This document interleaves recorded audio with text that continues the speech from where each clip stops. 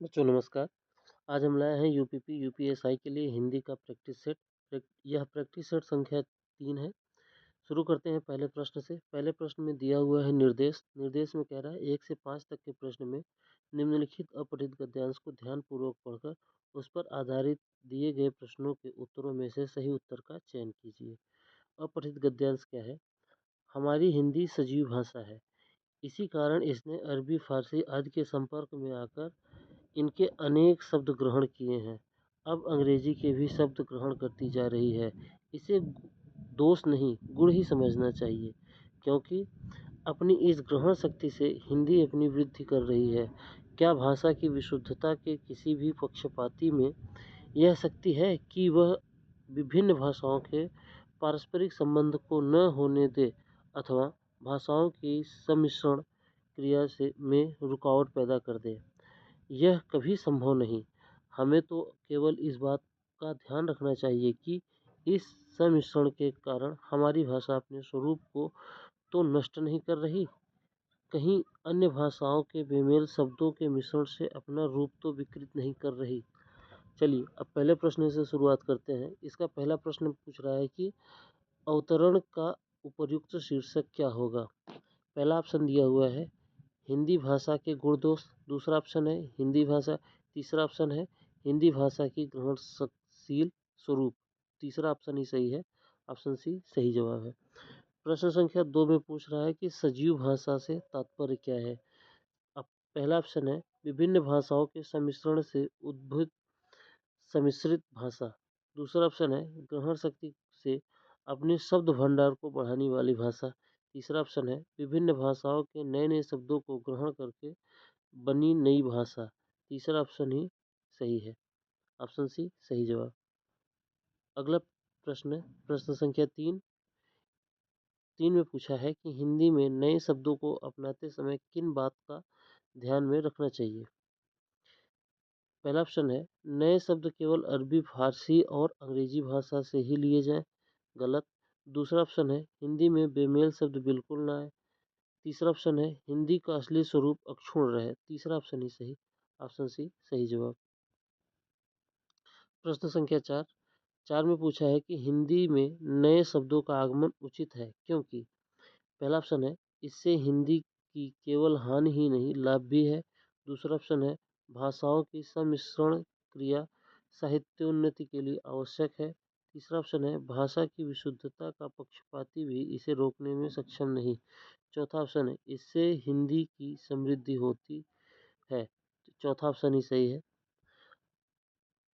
अगला प्रश्न प्रश्न संख्या 5 नंबर का प्रश्न कह रहा है गद्यांश में आए ग्रहण शब्द के लिए सही विपरीत अर्थक क्या होगा?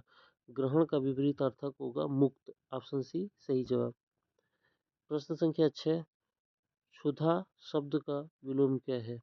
क्षुधा शब्द का विलोम तृप्त है, ऑप्शन सी सही जवाब। प्रश्न संख्या 7 लघिमा का विलोम शब्द है। लघिमा का विलोम शब्द महिमा होता है, ऑप्शन ए सही जवाब है। प्रश्न संख्या 8 निर्देश शब्द का विलोम है। निर्देश शब्द का विलोम सदय होता है, ऑप्शन सी सही जवाब। प्रश्न संख्या 9 ऋजु का विलोम शब्द है। ऋजु का विलोम शब्द वक्र होता है, ऑप्शन ए सही जवाब। अगला प्रश्न प्रश्न संख्या 10 कह रहा है निम्नलिखित में से कौन सा विलोम युग्म त्रुटिपूर्ण है? पहला ऑप्शन है अपेक्षा उपेक्षा, सही है। दूसरा ऑप्शन है अग्रज अनुज, ये भी सही है। तीसरा ऑप्शन है उन्नत अगत, उन्नत अगत न होगा, उन्नत अवनत होता है। अगला ऑप्शन है आदान प्रदान, सही है। इस प्रश्न का सही जवाब सी है। प्रश्न संख्या 11 व्यंजन कितने होते हैं? पहला ऑप्शन 11, दूसरा ऑप्शन 22, तीसरा ऑप्शन 33। तो व्यंजनों की संख्या 33 होती है। प्रश्न संख्या 12 पर्यायवाची शब्द का अर्थ है। पर्यायवाची शब्द का अर्थ होता है समानार्थी, ऑप्शन डी सही जवाब। प्रश्न संख्या 13 कनक का पर्यायवाची नहीं है। ऑप्शन ए स्वर्ण, दूसरा ऑप्शन कंचन, तीसरा ऑप्शन हिरण, चौथा ऑप्शन कमल। कमल कनक का पर्यायवाची नहीं होता है, इसलिए सही जवाब डी है। अगला प्रश्न सरस्वती का पर्यायवाची नहीं है। सरस्वती इसमें पहला ऑप्शन दिया है भारती, दूसरा ऑप्शन दिया है शारदा, तीसरा ऑप्शन है वीणा पाणी और चौथा ऑप्शन है हंस। हंस सरस्वती का पर्यायवाची नहीं होता, इसलिए ऑप्शन डी सही जवाब। प्रश्न संख्या 15, हिमालय का पर्यायवाची नहीं है। ऑप्शन ए नगराज, दूसरा ऑप्शन हिमाद्री, तीसरा ऑप्शन कर। कर हिमालय का पर्यायवाची नहीं होता, इसलिए ऑप्शन सी सही जवाब। प्रश्न संख्या 16, आत्मा व परमात्मा का गुप्त विलास है। ऑप्शन ए रहस्यवाद, रहस्यवाद ही सही होगा। प्रश्न संख्या 17, देवता गीत गाते हैं, कमा धन्य हो तुम डैश डैश धरती पर, भारत की धरती पर। ऑप्शन सी सही जवाब। प्रश्न संख्या 18, दुल्हनी गावो, दुल्हनी गावो पहला ऑप्शन है मंगलचार और मंगलचार ही सही है। प्रश्न संख्या 19, काहे रे डैश डैश तू कुम्हिलानी, तो काहे रे नलिनी तू कुम्हिलानी, तोहरे नाल सरोवर पानी, जल में उत्पत जल में वास, जल में नलिनी तोर निवास। तो यहाँ पे पहला ऑप्शन नलिनी सही होगा। अगला प्रश्न, सूरदास भगवान डैश डैश के उपासक थे। पहला ऑप्शन राम, दूसरा ऑप्शन विट्ठल दास, तीसरा ऑप्शन कृष्ण। तो भगवान सूरदास भगवान कृष्ण के उपासक थे, ऑप्शन सी सही जवाब। प्रश्न संख्या 21, महाभारत एक डैश डैश है। पहला ऑप्शन है महाकाव्य और महाकाव्य ही सही होगा। महाभारत एक महाकाव्य है, ऑप्शन एक सही जवाब। प्रश्न संख्या 22, इक्षु का तद्भव रूप है। इक्षु एक तत्सम है, इसका तद्भव ईख होता है, ऑप्शन सी सही जवाब। प्रश्न संख्या 23, 23 नंबर का प्रश्न कह रहा है आम का तत्सम रूप। आम तद्भव है, इसका तत्सम आम्र होता है और पहला ऑप्शन आम्र है, सही जवाब ऑप्शन है। प्रश्न संख्या 24, तत्सम शब्द है। तत्सम शब्द मतलब शुद्ध रूप, संस्कृत से लिया हुआ। क्लिष्ट, क्लिष्ट ही तत्सम है, बाकी कठोर कठिन और मजबूत ये तद्भव शब्द हैं। अगला प्रश्न, प्रश्न संख्या 25, ईंट से ईंट बजाना मुहावरे का सही अर्थ क्या है। पहला ऑप्शन है कठोर वार करना, गलत। दूसरा ऑप्शन है ठोस लगाना, गलत। तीसरा ऑप्शन है बर्बाद कर देना, सही जवाब। ऑप्शन सी सही जवाब है।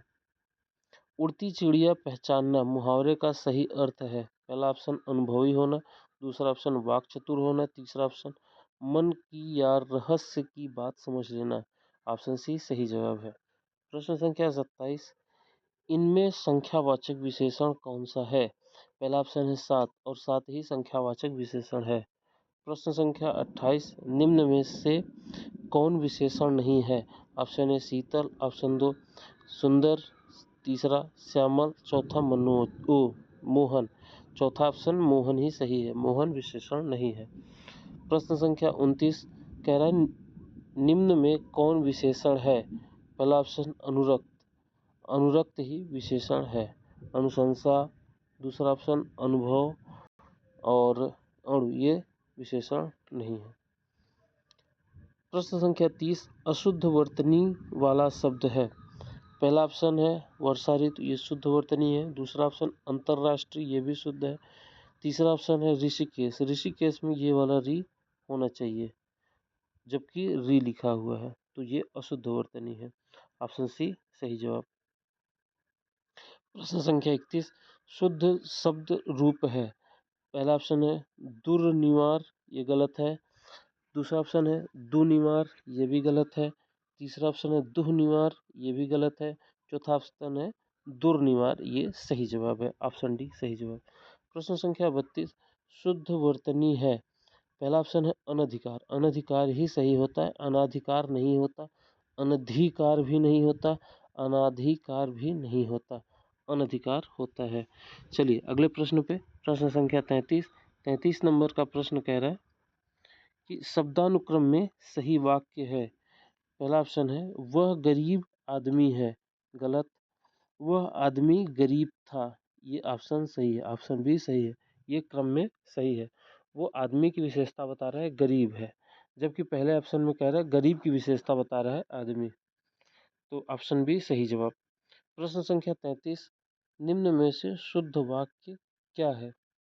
शुद्ध वाक्य है यहाँ गन्ने का ताजा रस बिकता है, पहला ऑप्शन। दूसरा ऑप्शन कह रहा है यहाँ ताजे गन्ने का रस बिकता है। तीसरा ऑप्शन ताज़ा गन्ने का रस यहाँ बिकता है। चौथा ऑप्शन ताज़ी गन्ने का रस यहाँ बिकता है। तो पहला ऑप्शन कह रहा है यहाँ गन्ने का ताज़ा रस बिकता है, तो यही सही है क्योंकि बता रहा है कि गन्ने का ताज़ा रस। दूसरा ऑप्शन कह रहा है ताजे गन्ने का रस। ताजे गन्ने का रस नहीं होता, गन्ने का ताज़ा रस होता है। ऑप्शन ए सही जवाब। प्रश्न संख्या 33, इसमें क्रम में लगाना है। य र ल व करके दिया हुआ है। यह में कह रहा है कि देश जिस समय संक्रांतिकालिक स्थितियों के बीच से होकर गुजरता है, तो यह र सही क्रम में है। उसके बाद कह रहा है कि प्रवृत्तियां दृष्टिगोचर होती हैं उस समय वहाँ की विचारधारा में प्रमुख है। तो पहला क्रम में होगा यह, दूसरा क्रम में होगा र, तीसरे क्रम में होगा व, चौथे क्रम में होगा ल। किस प्रकार से पढ़ा जाएगा? देश जिस समय संक्रांतिकालीन स्थितियों के बीच से होकर गुजरता है उस समय वहाँ की विचारधारा में प्रमुख प्रवृत्तियां दृष्टिगोचर होती हैं। तो ये क्रम होगा य र व ल। य र व ल, य र व ल, ऑप्शन सी सही जवाब है। प्रश्न संख्या 36, ये भी क्रम में व्यवस्थित करना है इसको भी। कह रहा है हम आपस में दंगे फसाद में सारा श्रम नष्ट कर रहे हैं, अपने देश के अधूरे काम को करने में समय नहीं दे पा रहे हैं। तो ये तो एकदम क्रम से है, तो यह अलावा होगा, यह अलावा ऑप्शन बी ही है। ऑप्शन बी में सही क्रम दिया हुआ है। चलिए प्रश्न संख्या 37 नंबर में कह रहा है कि सतत कर्मशील मानव जीवन के बीच त्योहार कुछ आराम व खुशी लेकर और ल कह रहा है कि परिश्रांति व्यक्ति के लिए छायादार वृक्ष की भांति उपस्थित होता है। तो यहाँ देखिए, तो सतत कर्मशील मानव जीवन के बीच त्योहार कुछ आराम व खुशी लेकर आता है, विश्रांत व्यक्ति के लिए छायादार वृक्ष की भांति उपस्थित होता है। तो बिल्कुल इसी क्रम में है, यह अलावा सही क्रम में है। यह अलावा ऑप्शन ए सही जवाब है, एकदम क्रम में दिया हुआ है। प्रश्न संख्या 38, यथाशक्ति में कौन सा समास है? यथाशक्ति, शक्ति के अनुसार। अगर पहला यथाशक्ति का हम विच्छेद करें तो समास विग्रह करें तो यहाँ होगा यथा धन शक्ति। और हम देख रहे हैं जो ये यथा है ये आपका उपसर्ग है, और जिस समास में पहला शब्द उपसर्ग होता है वहाँ पे तत्पुरुष समास होता है। ऑप्शन ए सही जवाब। प्रश्न संख्या 39, दशानन में समास है। दशानन में पहली बात तो एक द्वंद्व समास हो जाएगा, अगर द्वंद्व नहीं दिया है तो बहुब्रीहि समास सही है। ऑप्शन ए सही जवाब है। प्रश्न संख्या 40, इति प्लस आदि में कौन सा समास है?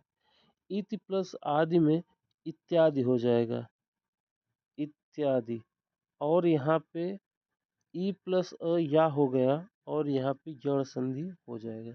ऑप्शन ए सही जवाब। प्रश्न संख्या 41, व्यंजन संधि का उदाहरण है। हमेशा, मनोरथ, निर्गुण, सदाचार। तो सदाचार में सत धन आचार, सत धन आचार से मिलकर बना है सदाचार, और इसमें है व्यंजन संधि। प्रश्न संख्या 42, अत्यधिक का संधि विच्छेद होगा अति धन अधिक। अति धन अधिक, अत्यधिक का संधि विच्छेद होगा। ऑप्शन बी सही जवाब। प्रश्न संख्या 43, किस युग में हिंदी की गद्य विधा का नया स्वरूप मिला? तो भारतेंदु युग में हिंदी की गद्य विधा को नया स्वरूप मिला। ऑप्शन ए सही जवाब। प्रश्न संख्या 44 नंबर प्रश्न में पूछा मीरा की कविताएं किस विधा से संबंधित हैं? पहला ऑप्शन है भक्ति धारा, भक्ति धारा ही सही है। ऑप्शन ए सही जवाब।